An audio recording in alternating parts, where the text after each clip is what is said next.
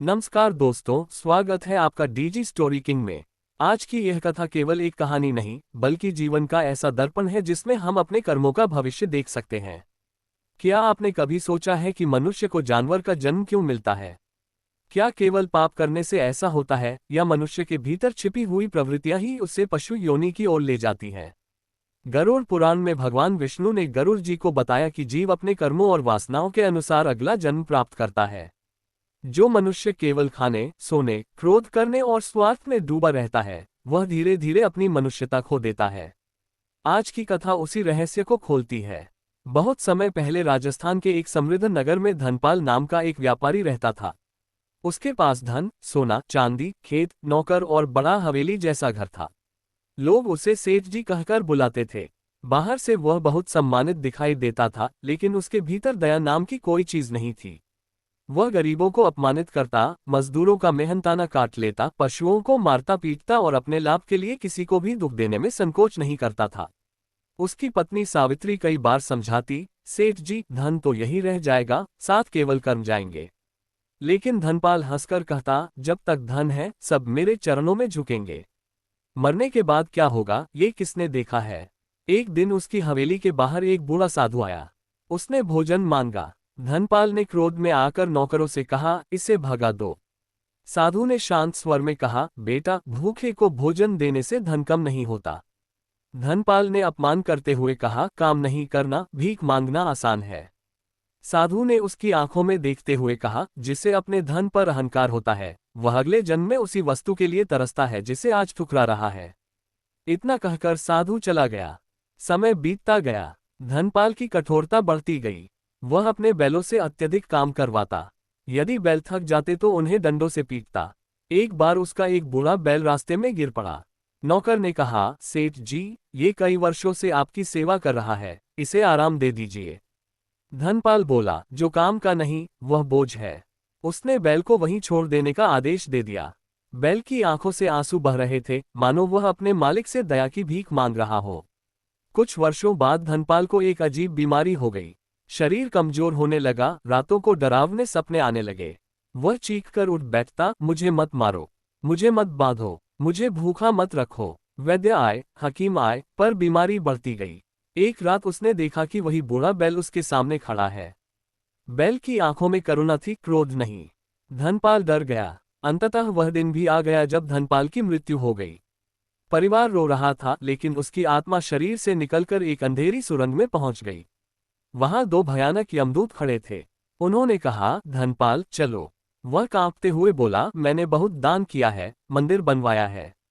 यमदूत बोले, दान प्रसिद्धि के लिए था, दया के लिए नहीं।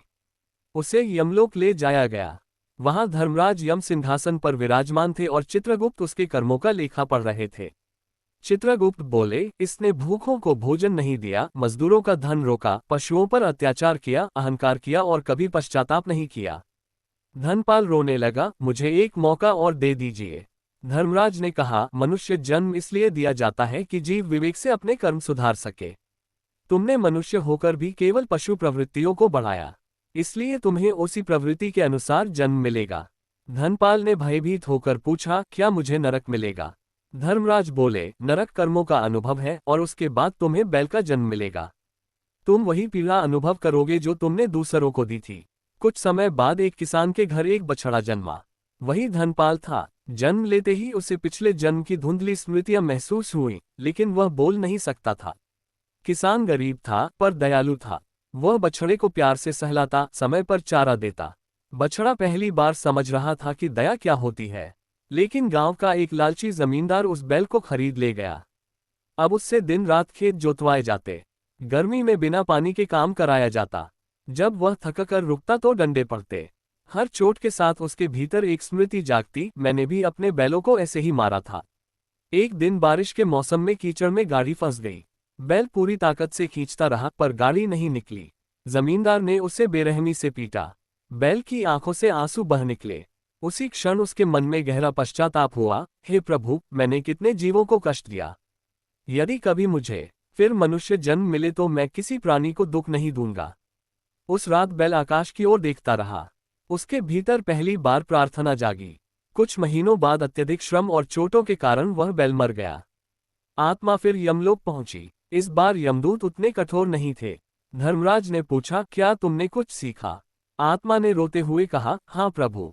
भूख क्या होती है, प्यास क्या होती है, मार का दर्द क्या होता है, अब मैं सब समझ गया हूँ। मुझे अपने हर कर्म पर पछतावा है। धर्मराज ने कहा, पश्चाताप आत्मा को बदल देता है। तुम्हारे भीतर दया का अंकुर फूट चुका है। अभी तुम्हें एक और जन्म मिलेगा। अब उसका जन्म एक गरीब परिवार में मनुष्य रूप में हुआ। उसका नाम मोहन रखा गया। बचपन से ही वह पशुओं के प्रति बहुत दयालु था। यदि कोई बैल घायल दिखता तो वह उसकी सेवा करता। लोग कहते, ये लड़का जानवरों का दर्द कैसे समझ लेता है। मोहन बड़ा हुआ। उसने मेहनत से जीवन बिताया। एक दिन उसने देखा कि गांव के कुछ लोग एक बूढ़े बैल को मार रहे हैं क्योंकि वह काम नहीं कर पा रहा था। मोहन उनके सामने खड़ा हो गया। उसने कहा, जिसने वर्षों तक तुम्हारी सेवा की, उसे बूढ़ा होने पर मारना अधर्म है। उसने अपने घर में उस बैल की सेवा की। धीरे धीरे गांव के लोग भी बदलने लगे। मोहन ने गौशाला बनवाई, गरीबों को भोजन कराना शुरू किया और मजदूरों को पूरा सम्मान दिया। उसे धन तो कम मिला, लेकिन मन की शांति मिलने लगी। एक दिन वही बूढ़ा साधु फिर गांव में आया। मोहन ने उन्हें आदरपूर्वक भोजन कराया। साधु मुस्कुराए और बोले, क्या तुम मुझे पहचानते हो? मोहन की आंखों में आंसू आ गए। उसे पिछले जन्म की धुंधली झलक दिखाई दी। वह साधु के चरणों में गिर पड़ा। साधु बोले, बेटा, मनुष्य को जानवर का जन्म दंड देने के लिए नहीं, बल्कि सीख देने के लिए मिलता है। आत्मा वही अनुभव करती है जो उसने दूसरों को दिया होता है। जब जीव में दया जागती है तब उसकी यात्रा ऊपर उठने लगती है। मोहन ने पूछा, क्या हर जानवर पहले मनुष्य था? साधु बोले, नहीं। शास्त्रों के अनुसार जीव अनादिकाल से अनेक योनियों में भ्रमण करता है। मनुष्य जन्म विशेष इसलिए माना गया है क्योंकि इसमें विवेक और कर्म चुनने की क्षमता होती है। यदि मनुष्य इस अवसर का उपयोग केवल भोग और हिंसा में करता है तो उसकी चेतना नीचे गिर सकती है। और यदि वह दया, सेवा, सत्य और भक्ति अपनाता है तो वह ऊंची अवस्था प्राप्त कर सकता है। सालों बाद मोहन वृद्ध हुआ। मृत्यु के समय उसके चेहरे पर भय नहीं, शांति थी। उसने अंतिम सांस लेते हुए कहा, हे प्रभु, आपने मुझे मेरे कर्मों का फल दिखाकर दया का मार्ग सिखाया। अब मैं किसी प्राणी में भेद नहीं देखता। कथा का संदेश यही है दोस्तों, मनुष्य को जानवर का जन्म उसके कर्मों, वासनाओं और प्रवृत्तियों के अनुसार मिलता है। जो केवल स्वार्थ, हिंसा, क्रोध और भोग में जीवन बिताता है, उसकी चेतना पशु समान हो जाती है। और जो दया, सेवा, करुणा, सत्य और भगवान के स्मरण में जीवन बिताता है, वह आत्मा को ऊंचा उठाता है। याद रखिए, हर जीव में वही परमात्मा विराजमान है। किसी पशु को अनावश्यक कष्ट देना, भूखे को भोजन न देना, कमजोर का शोषण करना और अहंकार में दूसरों का अपमान करना, ये सब कर्म आत्मा पर छाप छोड़ते हैं। इसलिए आज से संकल्प ले कि हम अपने जीवन में दया को स्थान देंगे, पशुओं के साथ प्रेम से व्यवहार करेंगे, जरूरतमंदों की सहायता करेंगे और अपने कर्मों को शुद्ध बनाने का प्रयास करेंगे। पिछले भाग में आपने सुना कि धनपाल ने अपने पाप कर्मों के कारण बैल का जन्म पाया, पीड़ा सही और पश्चाताप के बाद उसे फिर मनुष्य जन्म मिला। लेकिन क्या केवल एक जन्म में सारे कर्म समाप्त हो जाते हैं? क्या आत्मा की परीक्षा यहीं खत्म हो जाती है? नहीं दोस्तों, आज की कथा में हम जानेंगे कि मनुष्य जन्म मिलने के बाद भी आत्मा को बार बार परखा जाता है। मोहन अब गांव में दयालु और धर्मात्मा व्यक्ति के रूप में प्रसिद्ध हो चुका था। उसके घर में अधिक धन नहीं था, लेकिन जो भी आता वह उसे खाली हाथ नहीं लौटाता। उसकी पत्नी गौरी भी बहुत सरल स्वभाव की थी। दोनों मिलकर घायल पशुओं की सेवा करते, गरीबों को भोजन कराते और शाम को भगवान का भजन करते। एक दिन गांव में भयंकर सूखा पड़ा। कुएं सूख गए, खेत बंजर हो गए और लोगों के घरों में अनाज खत्म होने लगा। गांव के कई अमीर लोगों ने अपने गोदाम बंद कर दिए ताकि बाद में महंगे दामों में अनाज बेच सकें। मोहन के पास भी थोड़ा सा गेहूं बचा था। गौरी ने पूछा, यदि हमने सब बांट दिया तो हम क्या खाएंगे? मोहन कुछ देर शांत रहा, फिर बोला, जब मैंने पिछले जन्म में भूखों को ठुकराया था तब मुझे पशु बनकर वही भूख सहनी पड़ी। मैं फिर वही गलती नहीं करूंगा। उसने घर का आधा अनाज गांव वालों में बांट दिया। लोग भावुक हो उठे, लेकिन उसी रात उसके मन में एक डर पैदा हुआ, अगर सूखा लंबा चला तो कहीं मेरे बच्चे भूखे न रह जाएं। दोस्तों, यही वह क्षण था जहां आत्मा की अगली परीक्षा शुरू हुई। दया और भय आमने सामने खड़े थे। अगले दिन मोहन जंगल से लकड़ियां लेकर लौट रहा था। रास्ते में उसे एक घायल कुत्ता मिला। उसके शरीर पर घाव थे और वह दर्द से कराह रहा था। गांव के लोग उसे पत्थर मारकर भगा चुके थे। मोहन ने उसे उठाया और घर ले आया। गौरी ने कहा, लोग क्या कहेंगे? घर में खाने को कम है और आप कुत्ते को भी ले आए। मोहन मुस्कुराया, जिस प्राणी में प्राण है उसमें भगवान है। उसने कई दिनों तक उस कुत्ते की सेवा की। धीरे धीरे कुत्ता ठीक हो गया और मोहन के पीछे पीछे घूमने लगा। गांव के बच्चे उसे भोलू कहने लगे। एक रात मोहन ने स्वप्न देखा। उसने देखा कि वही कुत्ता एक दिव्य प्रकाश में बदल गया है। उस प्रकाश से आवाज आई, मोहन, दया केवल शब्द नहीं, त्याग मांगती है। तुम सही मार्ग पर हो, लेकिन तुम्हारे भीतर अभी भी भविष्य का भय छिपा है। सुबह उठकर मोहन बहुत गंभीर हो गया। उसने निश्चय किया कि चाहे जो हो जाए, वह किसी जरूरतमंद को मना नहीं करेगा। कुछ दिनों बाद गांव में एक व्यापारी आया। उसने मोहन से कहा, तुम्हारी ईमानदारी की चर्चा सुनी है।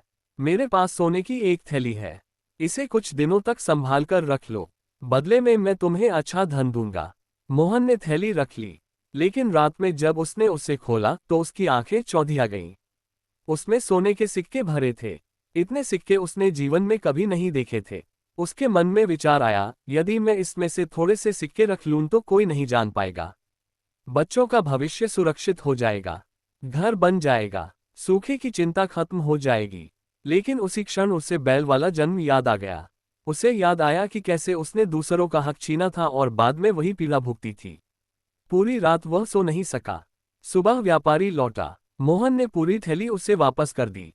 व्यापारी ने गिनकर देखा, एक भी सिक्का कम नहीं था। व्यापारी मुस्कुराया। अचानक उसका रूप बदलने लगा। वह कोई साधारण व्यापारी नहीं था। वह वही वृद्ध साधु थे जो धनपाल को चेतावनी देकर गए थे। साधु बोले, बेटा, ये तुम्हारी परीक्षा थी। मनुष्य जन्म का अर्थ केवल अच्छे काम करना नहीं, बल्कि अवसर मिलने पर भी गलत काम न करना है। मोहन की आंखों से आंसू बहने लगे। उसने कहा, गुरुदेव, मुझे अभी भी डर लगता है कि कहीं मेरे पुराने कर्म फिर मुझे नीचे न गिरा दें। साधु बोले, जब तक मनुष्य सजग रहता है, वह गिरने से बच सकता है। पतन तब शुरू होता है जब मनुष्य अपने आप को पूर्ण समझने लगता है। इसके बाद साधु ने उसे एक गहरा रहस्य बताया। आत्मा तीन चीजें साथ लेकर चलती है, कर्म, संस्कार और वासनाएं। कर्म फल देते हैं, संस्कार स्वभाव बनाते हैं और वासनाएं अगले जन्म की दिशा तय करती हैं। यदि वासनाएं पशु जैसी हो, केवल भोग, हिंसा, क्रोध और स्वार्थ, तो चेतना नीचे जाती है। यदि वासनाएं सेवा, प्रेम, सत्य और ईश्वर की ओर हो, तो चेतना ऊपर उठती है। मोहन ने पूछा, क्या पशु योनि से वापस मनुष्य जन्म मिलना कठिन है? साधु बोले, कठिन है, पर असंभव नहीं। पीड़ा आत्मा को झकझोरती है। जब जीव सच्चे हृदय से पश्चाताप करता है और दया का भाव विकसित होता है, तब उसकी यात्रा बदलने लगती है। उसी समय गांव से एक लड़का दौड़ता हुआ आया, मोहन भैया, नदी के पास एक गाय कीचड़ में फंस गई है। मोहन तुरंत वहां पहुंचा। कई लोग तमाशा देख रहे थे, लेकिन कोई मदद नहीं कर रहा था। मोहन कीचड़ में उतर गया। बहुत प्रयास के बाद उसने गाय को बाहर निकाला। गाय कांप रही थी। उसने अपने सिर को मोहन के कंधे से लगा दिया, मानो धन्यवाद दे रही हो। साधु दूर खड़े ये सब देख रहे थे। उन्होंने मन ही मन कहा, अब इस आत्मा में करुणा स्थिर होने लगी है। रात को साधु ने विदा लेते समय कहा, मोहन, याद रखना, मनुष्य को जानवर का जन्म केवल शरीर बदलने के लिए नहीं मिलता। वह आत्मा को यह अनुभव कराने के लिए मिलता है कि जिसे वह छोटा समझती थी, उसका दर्द भी उतना ही वास्तविक है जितना उसका अपना दर्द। इतना कहकर साधु चले गए। मोहन देर तक आकाश की ओर देखता रहा। उसके मन में एक ही विचार गूंज रहा था, यदि हर जीव में भगवान है, तो किसी के साथ कठोरता करना वास्तव में भगवान की ही अवहेलना करना है। दोस्तों, इस भाग का संदेश बहुत गहरा है। केवल पूजा पाठ करना पर्याप्त नहीं। यदि हमारे व्यवहार में दया नहीं, तो आध्यात्मिकता अधूरी है। भूखे को भोजन देना, पशुओं पर दया करना, ईमानदारी से कमाना और अवसर मिलने पर भी अधर्म से बचना, यही मनुष्य जन्म की सच्ची परीक्षा है।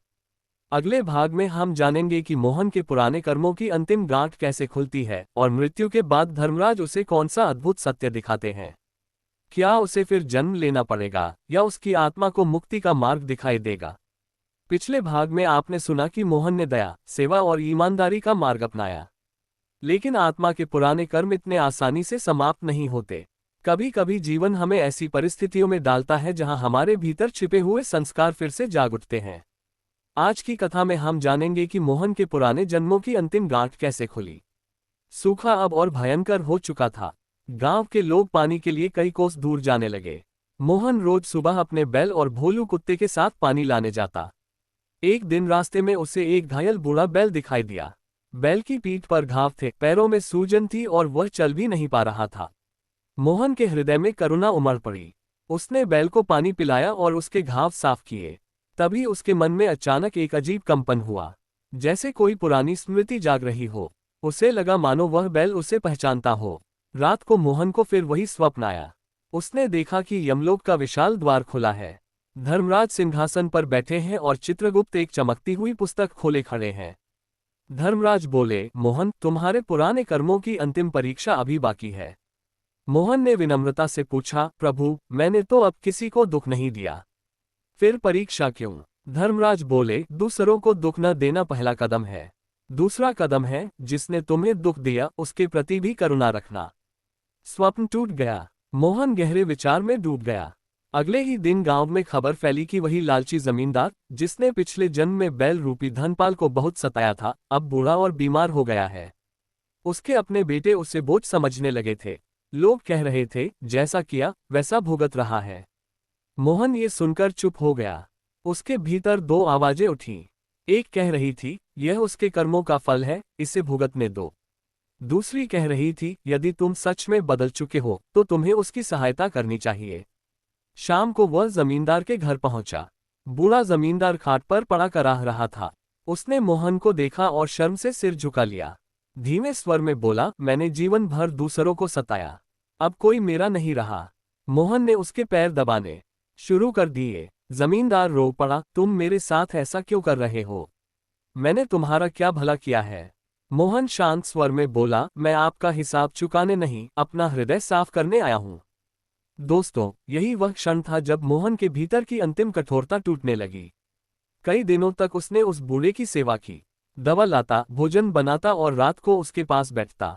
एक रात जमींदार ने कांपते हुए कहा, जब मैं जवान था मैंने अपने बैलों को बहुत मारा। एक बैल की आंखों में आंसू थे, पर मैंने दया नहीं की। आज वही दृश्य मुझे हर रात दिखाई देता है। ये सुनते ही मोहन का शरीर सिहर उठा। उसके भीतर पिछले जन्म की स्मृतियां बिजली की तरह चमक उठी। उसे सब याद आने लगा। वह धनपाल था, वही बैल था, वही पीड़ा थी।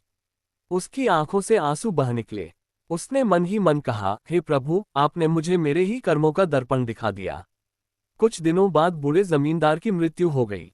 मरते समय उसने मोहन का हाथ पकड़कर कहा, यदि अगले जन्म में मुझे मनुष्य जन्म मिले तो मैं दया का जीवन जीना चाहता हूँ। उस रात मोहन नदी किनारे बैठा बहुत देर तक ध्यान करता रहा। अचानक उसे लगा जैसे वातावरण दिव्य प्रकाश से भर गया हो। उसके सामने वही वृद्ध साधु प्रकट हुए। साधु बोले, बेटा, आज तुम्हारे पुराने कर्मों की एक बड़ी गांठ खुल गई। तुमने उस व्यक्ति की सेवा की जिसने तुम्हें असहनीय पीड़ा दी थी। यही क्षमा है, और क्षमा के बिना आत्मा पूरी तरह मुक्त नहीं होती। मोहन ने पूछा, गुरुदेव, क्या अब मेरे सारे पाप समाप्त हो गए? साधु बोले, जब तक शरीर है तब तक कर्म चलते रहेंगे, लेकिन तुम्हारी चेतना अब पशु प्रवृत्ति से ऊपर उठ चुकी है। याद रखो, मनुष्य को जानवर का जन्म केवल सजा नहीं बल्कि सीख देने के लिए मिलता है। जिसने पीड़ा दी उसे पीड़ा का अनुभव कराया जाता है ताकि उसके भीतर करुणा जाग सके। फिर साधु ने एक और रहस्य बताया, जो मनुष्य क्रोध में जीता है उसकी चेतना हिंसक योनियों की ओर आकर्षित होती है। जो अत्यधिक लोभ में जीता है वह ऐसी योनियों में जा सकता है जहां अभाव का अनुभव हो। जो केवल भोजन और भोग में डूबा रहता है उसकी चेतना स्थूल बनती जाती है। और जो प्रेम, सेवा और भगवान के स्मरण में रहता है उसकी चेतना प्रकाश की ओर बढ़ती है। मोहन ने सिर झुकाकर कहा, अब मैं समझ गया हूं कि मनुष्य जन्म कितना दुर्लभ है। साधु मुस्कुराए, दुर्लभ ही नहीं, जिम्मेदारी भी है। पशु अपने स्वभाव से बंधे होते हैं, लेकिन मनुष्य अपने स्वभाव को बदल सकता है। यही उसे विशेष बनाता है। इसके बाद मोहन का जीवन और भी शांत हो गया। उसने गांव के बच्चों को दया और सत्य की शिक्षा देना शुरू किया। वह कहता, कभी किसी जानवर को पत्थर मत मारो। वह बोल नहीं सकता, लेकिन दर्द उसे भी होता है। भूखे को भोजन दो, क्योंकि कौन जाने किस रूप में ईश्वर तुम्हारी परीक्षा ले रहे हो। साल बीतते गए। मोहन वृद्ध हो गया। एक दिन उसने अपने परिवार को बुलाकर कहा, मेरे जाने का समय निकट है, लेकिन मुझे अब मृत्यु से डर नहीं लगता। मैंने जान लिया है कि आत्मा मरती नहीं, केवल यात्रा बदलती है। उस रात उसने शांत मन से भगवान का नाम लिया। जैसे ही उसकी अंतिम सांस निकली, उसे लगा कि वह शरीर से हल्का होकर ऊपर उठ रहा है। इस बार न अंधेरा था न भय। दिव्य प्रकाश के बीच वही साधु और कुछ तेजस्वी दूत उसके सामने खड़े थे। एक मधुर आवाज आई, मोहन, तुमने पीड़ा को करुणा में बदल दिया। यही मनुष्य जीवन की सबसे बड़ी सफलता है। दोस्तों, इस भाग का संदेश है, क्षमा और करुणा आत्मा को ऊपर उठाते हैं। यदि हम केवल बदला लेने में लगे रहें तो पुराने कर्मों का चक्र चलता रहता है। लेकिन जब हम समझते हैं कि हर जीव अपने कर्मों से सीख रहा है, तब हमारे भीतर दया जन्म लेती है। अगले भाग में हम सुनेंगे मोहन की मृत्यु के बाद की अद्भुत यात्रा, धर्मराज उसे कौन कौन से लोग दिखाते हैं, आत्माएं अगले जन्म का चुनाव कैसे करती हैं, और मुक्ति का वास्तविक अर्थ क्या है। अब कथा का सबसे रहस्यमय भाग शुरू होता है, मृत्यु के बाद आत्मा की यात्रा। धर्मग्रंथों में कहा गया है कि मृत्यु अंत नहीं, बल्कि एक द्वार है। आज हम उसी दिव्य रहस्य को कहानी के माध्यम से समझेंगे। जैसे ही मोहन ने अंतिम सांस ली, उसे लगा मानो शरीर नीचे रह गया है और वह स्वयं प्रकाश की एक हल्की तरंग बन गया है। उसने अपने परिवार को रोते हुए देखा, लेकिन उसके भीतर अब कोई भय नहीं था। तभी दो तेजस्वी दूत उसके सामने प्रकट हुए। उनके चेहरे पर कठोरता नहीं, बल्कि करुणा थी। उन्होंने कहा, मोहन, हमारे साथ चलो, तुम्हारी यात्रा आगे बढ़ने वाली है। क्षण भर में वे आकाश मार्ग से ऊपर उठने लगे। नीचे पृथ्वी छोटी होती गई। मोहन ने नदियां, पर्वत, जंगल और अनगिनत नगर देखे। फिर वे एक ऐसे क्षेत्र में पहुंचे जहां न दिन था न रात, केवल शांत प्रकाश था। वहां असंख्य आत्माएं थीं, कुछ प्रसन्न थीं, कुछ भ्रमित और कुछ अपनी ही स्मृतियों में खोई हुई। मोहन ने पूछा, ये कौन है? दूत बोले, ये वे आत्माएं हैं जिन्होंने अभी अभी शरीर छोड़ा है। कुछ अपने कर्मों के कारण भारी है, कुछ हल्की। मनुष्य जैसा जीवन जीता है, वैसी ही उसकी आंतरिक अवस्था बन जाती है। आगे एक विशाल सभा दिखाई दी। मध्य में धर्मराज यम विराजमान थे और चित्रगुप्त दिव्य लेखा लिए खड़े थे। मोहन ने विनम्रता से प्रणाम किया। धर्मराज बोले, मोहन, तुम्हें यहाँ दंड देने के लिए नहीं बुलाया गया, तुम्हें सत्य दिखाने के लिए बुलाया गया है। चित्रगुप्त ने एक दिव्य दर्पण प्रस्तुत किया। उसमें मोहन का पूरा जीवन दिखाई देने लगा, धनपाल का अहंकार, बैल की पीड़ा, भूख, मार, पश्चाताप, फिर मोहन का दयालु जीवन, गरीबों की सेवा, घायल पशुओं की देखभाल और बूढ़े जमींदार की सेवा। मोहन की आंखों से आंसू बह निकले। उसने कहा, प्रभु, अब मैं समझ गया हूं कि कोई भी कर्म व्यर्थ नहीं जाता। धर्मराज बोले, यही कर्म का नियम है। मनुष्य अपने हर विचार, हर शब्द और हर कर्म से अपनी चेतना को गढ़ता है। अगले जन्म का बीज बाहर नहीं, भीतर बोया जाता है। फिर धर्मराज ने अपना दाहिना हाथ उठाया। तुरंत दृश्य बदल गया। पहला लोक, तृष्णा का क्षेत्र। मोहन ने देखा कि कुछ आत्माएं भोजन और पानी की तलाश में भटक रही हैं, लेकिन उन्हें कुछ मिल नहीं रहा। वे बार बार उसी इच्छा में दौड़ती और फिर निराश हो जाती। धर्मराज बोले, ये वे लोग हैं जिन्होंने जीवन भर केवल संग्रह किया, पर किसी के साथ बांटा नहीं। उनकी तृष्णा अभी भी शांत नहीं हुई। दूसरा लोक, हिंसा का क्षेत्र। अब उसने देखा कि कुछ आत्माएं भय से कांप रही हैं।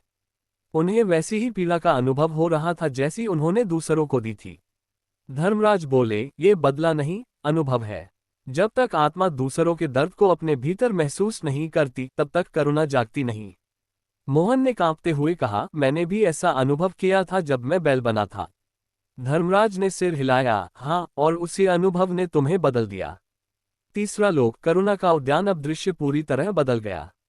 सुगंधित पुष्प, मधुर संगीत और शांत प्रकाश से भरा एक दिव्य उद्यान सामने था। वहां कुछ आत्माएं ध्यान में बैठी थीं और उनके आसपास पशु पक्षी बिना भय के घूम रहे थे। धर्मराज बोले, ये वे आत्माएं हैं जिन्होंने सेवा, दया और सत्य का जीवन जिया। इनके भीतर की शांति इन्हें ऊंचे लोकों की ओर ले जाती है। मोहन के हृदय में गहरी शांति उतरने लगी। तभी उसने एक परिचित स्वर सुना। पीछे मुड़कर देखा, वही बूढ़ा साधु खड़े मुस्कुरा रहे थे। मोहन ने उनके चरण पकड़ लिए। गुरुदेव, क्या आप हमेशा मेरी सहायता करते रहे? साधु बोले, जब भी किसी आत्मा में सच्चा परिवर्तन शुरू होता है, ईश्वर किसी न किसी रूप में मार्गदर्शन भेजते हैं। मैं केवल माध्यम था। मोहन ने पूछा, क्या अब मुझे फिर जन्म लेना होगा? साधु ने उत्तर दिया, ये तुम्हारी चेतना की अवस्था पर निर्भर है। कुछ आत्माएं सीखने के लिए लौटती हैं, कुछ सेवा के लिए, और कुछ ईश्वर में स्थित होने के कारण जन्म मरण के बंधन से ऊपर उठने लगती हैं। फिर उन्होंने मोहन को एक अद्भुत स्थान दिखाया। वहां प्रकाश की अनगिनत धाराएं पृथ्वी की ओर जा रही थीं। हर धारा एक आत्मा का संभावित जन्म थी। मोहन ने देखा कि कुछ आत्माएं क्रोध और लोभ के आकर्षण से नीचे की ओर खींच रही थीं, जबकि कुछ प्रेम और भक्ति के प्रकाश की ओर उठ रही थीं। साधु बोले, यही कारण है कि कहा जाता है कि मनुष्य को जानवर का जन्म उसकी चेतना के अनुसार मिलता है। यदि चेतना केवल भोग और हिंसा में अटक जाए तो वह उसी स्तर की योनियों की ओर आकर्षित होती है। लेकिन यदि चेतना दया, विवेक और ईश्वर की ओर मुड़ जाए तो उसकी दिशा बदल जाती है। मोहन ने विनम्रता से पूछा, क्या मैं पृथ्वी पर लौटकर लोगों को ये सत्य बता सकता हूँ? धर्मराज मुस्कुराए, प्रत्यक्ष रूप से नहीं, लेकिन तुम्हारी कथा उन लोगों तक पहुंचेगी जो सुनने के लिए तैयार होंगे। जो इस कथा को सुनकर अपने व्यवहार में दया लाएंगे, उनके जीवन की दिशा बदल सकती है। इसके बाद एक दिव्य प्रकाश मोहन को घेरने लगा। उसे लगा मानो उसका सारा भय, पछतावा और बोझ धीरे धीरे विलीन हो रहा है। भीतर केवल एक भावना बची, कृतज्ञता। उसने अंतिम बार धर्मराज और साधु को प्रणाम किया। प्रकाश और गहरा होता गया और उसकी चेतना एक ऐसी शांति में प्रवेश करने लगी जिसे शब्दों में व्यक्त करना कठिन है। दोस्तों, इस भाग का संदेश बहुत गहरा है। मृत्यु के बाद आत्मा वही लेकर जाती है जो उसने भीतर कमाया है, दया, प्रेम, सत्य और भगवान का स्मरण। धन, पद और अहंकार यही रह जाते हैं। इसलिए मनुष्य जन्म को केवल भोग में न गंवाएं। हर जीव के साथ करुणा रखें, क्योंकि वही करुणा आगे चलकर हमारी अपनी यात्रा को प्रकाशमय बनाती है। अगले और अंतिम भाग में हम जानेंगे, मुक्ति का वास्तविक अर्थ क्या है, आत्मा जन्म मरण के चक्र से कैसे ऊपर उठती है और धर्मराज मोहन को अंतिम उपदेश क्या देते हैं। वहीं इस पूरी कथा का सबसे भावपूर्ण समापन होगा। आज हम इस दिव्य कथा के अंतिम और सबसे महत्वपूर्ण भाग में पहुंच चुके हैं। पिछले भाग में आपने सुना कि मोहन की आत्मा धर्मराज के सामने पहुंची, विभिन्न लोगों का दर्शन किया और कर्म तथा चेतना का रहस्य समझा। अब प्रश्न यह है, क्या मोहन को फिर जन्म लेना पड़ेगा? मुक्ति वास्तव में क्या है और धर्मराज उसे कौन सा अंतिम उपदेश देते हैं? दिव्य प्रकाश के मध्य मोहन शांत खड़ा था। उसके भीतर अब न भय था, न पछतावा। तभी धर्मराज का गंभीर लेकिन करुणामय स्वर गूंजा, मोहन, तुमने पीड़ा को समझा, करुणा को अपनाया और क्षमा का मार्ग चुना।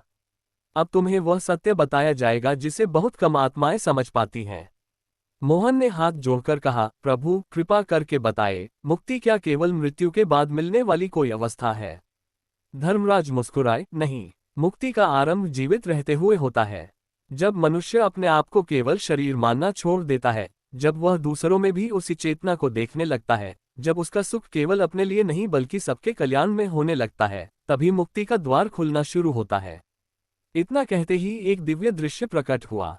मोहन ने देखा, एक व्यक्ति मंदिरों में पूजा कर रहा है, लेकिन बाहर निकलते ही गरीबों का अपमान करता है और पशुओं को मारता है।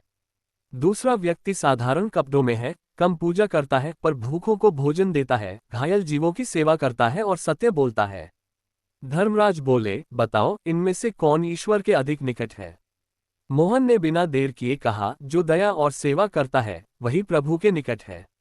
धर्मराज ने कहा, यही धर्म का सार है। पूजा, व्रत और अनुष्ठान तब तक अधूरे हैं जब तक हृदय में करुणा न जागे। फिर धर्मराज ने अपना हाथ उठाया। मोहन ने देखा कि पृथ्वी पर अनगिनत लोग अलग अलग जीवन जी रहे हैं। कोई धन के पीछे भाग रहा है, कोई क्रोध में जल रहा है, कोई पशुओं पर अत्याचार कर रहा है और कोई चुपचाप सेवा कर रहा है। धर्मराज बोले, मनुष्य को जानवर का जन्म इसलिए मिलता है क्योंकि वह अपनी चेतना को उसी स्तर पर ले जाता है जो केवल भोजन, भय, निद्रा और मैथुन तक सीमित रह जाता है। वह मनुष्य शरीर में रहते हुए भी पशु प्रवृत्ति में जीता है। और जो विवेक, संयम, दया और प्रेम को विकसित करता है, वह देवत्व की ओर बढ़ता है। मोहन ने पूछा, प्रभु, क्या हर पाप का फल अवश्य मिलता है? धर्मराज बोले, हाँ, लेकिन फल का उद्देश्य केवल दंड देना नहीं होता। कर्म आत्मा को शिक्षा देते हैं। यदि शिक्षा समझ में आ जाए और सच्चा परिवर्तन हो जाए, तो वही कर्म आत्मा को ऊपर उठाने का साधन बन जाते हैं। तभी वही वृद्ध साधु आगे आए। उनके चारों ओर दिव्य आभा थी। उन्होंने कहा, मोहन, क्या तुम्हें याद है जब तुम धनपाल थे? तुम्हारे पास सब कुछ था, फिर भी तुम भीतर से गरीब थे। और जब तुम मोहन बने, तुम्हारे पास कम था, लेकिन हृदय समृद्ध था। वास्तविक धन वही है जो मृत्यु के बाद भी साथ जाए, दया, सेवा, सत्य और भगवान का स्मरण। मोहन की आंखों से आंसू बह निकले, गुरुदेव, अब मुझे समझ आ गया कि मनुष्य जन्म कितना दुर्लभ है। मैंने एक जन्म अहंकार में खो दिया, दूसरे जन्म में पीड़ा से सीखा और तीसरे में करुणा का स्वाद पाया। साधु बोले, और अब तुम्हें अंतिम निर्णय करना है। अचानक सामने दो मार्ग प्रकट हुए। एक मार्ग प्रकाश से भरा था, दूसरा पृथ्वी की ओर जाता हुआ दिखाई देता था। धर्मराज बोले, यदि तुम चाहो तो उच्च लोकों में जाकर विश्राम कर सकते हो, लेकिन यदि तुम्हारे भीतर अभी भी संसार के दुखियों के लिए करुणा है तो तुम पुनः जन्म लेकर लोगों को दया का मार्ग दिखा सकते हो। मोहन कुछ देर मौन रहा, फिर बोला, प्रभु, यदि मेरी थोड़ी सी सेवा से किसी जीव का दुख कम हो सकता है तो मैं फिर जन्म लेना चाहूंगा। अब मैं अपने लिए नहीं, दूसरों के लिए जीना चाहता हूँ। धर्मराज प्रसन्न हो उठे। जब आत्मा केवल अपने सुख के लिए नहीं बल्कि सबके कल्याण के लिए सोचने लगे, तभी वह जन्म मरण के बंधन से ऊपर उठने लगती है। ऐसा जन्म बंधन नहीं, सेवा बन जाता है। तभी आकाश में मधुर प्रकाश फैल गया। मोहन की चेतना और अधिक निर्मल होने लगी। उसे लगा मानो उसके भीतर से अंतिम अहंकार भी विलीन हो रहा है। धर्मराज ने अंतिम उपदेश दिया, पहला, कभी किसी जीव को तुच्छ मत समझो। जिस चेतना से तुम बने हो वही चेतना उसमें भी है। दूसरा, अहंकार सबसे बड़ा अंधकार है। यह मनुष्य को उसके वास्तविक स्वरूप से दूर कर देता है। तीसरा, भूखे को भोजन, प्यासे को पानी और दुखी को सहारा देना सबसे बड़ा यज्ञ है। चौथा, पशुओं पर दया करो। वे बोल नहीं सकते लेकिन उनकी पीड़ा आकाश तक पहुंचती है। पांचवा, हर रात अपने दिन के कर्मों की समीक्षा करो। यही आत्मशुद्धि का सरल मार्ग है। छठा, भगवान को केवल मंदिर में नहीं, हर प्राणी में देखने का अभ्यास करो। सातवां, मनुष्य जन्म बार बार नहीं मिलता, इसे क्रोध, लोभ और हिंसा में न गंवाओ। मोहन ने दंडवत प्रणाम किया। उसी क्षण उसका सूक्ष्म शरीर प्रकाश में विलीन होने लगा। उसने अंतिम बार पृथ्वी की ओर देखा और मन ही मन प्रार्थना की, हे प्रभु, यदि मैं फिर जन्म लूं तो मुझे ऐसा हृदय देना जो किसी को दुख न दे। मेरे हाथ सेवा के लिए उठें, मेरी वाणी से किसी का अपमान न हो और मेरी आंखें हर जीव में आपका ही स्वरूप देखें। प्रकाश की धारा धीरे धीरे अनंत आकाश में समा गई। दोस्तों, यही इस कथा का अंतिम संदेश है। मनुष्य को जानवर का जन्म केवल इसलिए नहीं मिलता कि उसने पाप किए, बल्कि इसलिए कि उसकी चेतना और प्रवृत्तियां उसी दिशा में चली गईं। और मनुष्य को फिर ऊंचा जन्म इसलिए मिलता है क्योंकि वह सीखता है, पश्चाताप करता है और अपने भीतर दया को जगाता है। याद रखिए, क्रोध हमें नीचे गिराता है, लोभ हमें बांधता है, अहंकार हमें अंधा करता है, लेकिन दया हमें ईश्वर के निकट ले जाती है। क्षमा हमें हल्का करती है और सेवा हमारे जीवन को पवित्र बना देती है। यदि आज की यह कथा आपके हृदय को छू गई हो तो एक संकल्प अवश्य लें, आज के बाद किसी भी पशु को अनावश्यक कष्ट नहीं देंगे, भूखे को यथाशक्ति भोजन देंगे और अपने माता पिता, गुरुजनों तथा जरूरतमंद लोगों के प्रति सम्मान और करुणा का व्यवहार करेंगे।